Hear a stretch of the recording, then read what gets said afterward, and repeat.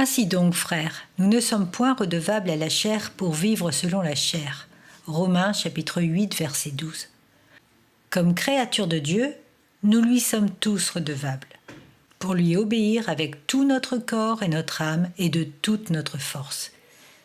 Ayant transgressé ses commandements, ainsi que tous nous l'avons fait, nous lui sommes redevables pour sa justice, et nous lui devons une énorme somme que nous ne pouvons pas payer.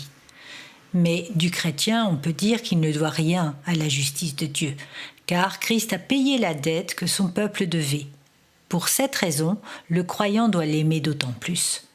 Je suis un débiteur de la grâce de Dieu, de la miséricorde du pardon, mais je ne suis pas redevable à sa justice, car il ne m'accusera jamais d'une dette déjà payée.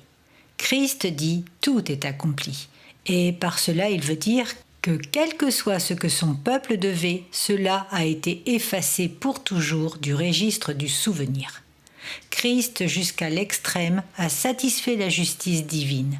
La somme a été réglée, l'acte a été cloué à la croix, le reçu est délivré, et nous ne sommes plus redevables à la justice de Dieu.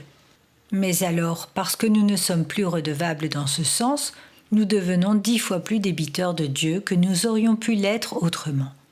Chrétien, arrête-toi et réfléchis un instant. Quel débiteur tu es à la souveraineté de Dieu! Combien tu dois pour son amour désintéressé, car il a donné son propre Fils afin qu'il puisse mourir pour toi. Considère combien tu dois pour son pardon, sa grâce, car après 10 000 affronts, il t'a aimé à l'infini, de toute éternité.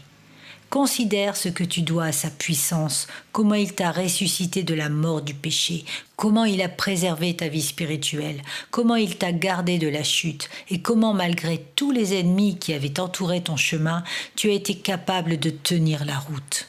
Considère ce que tu dois à son immutabilité. Bien que tu aies changé 1 millier de fois, lui n'a pas changé une seule fois. Autant Dieu a d'attributs, autant tu as de dettes.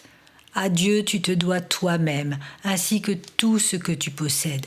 Offre-lui ta vie comme un vivant sacrifice. Ce sera de ta part un culte raisonnable.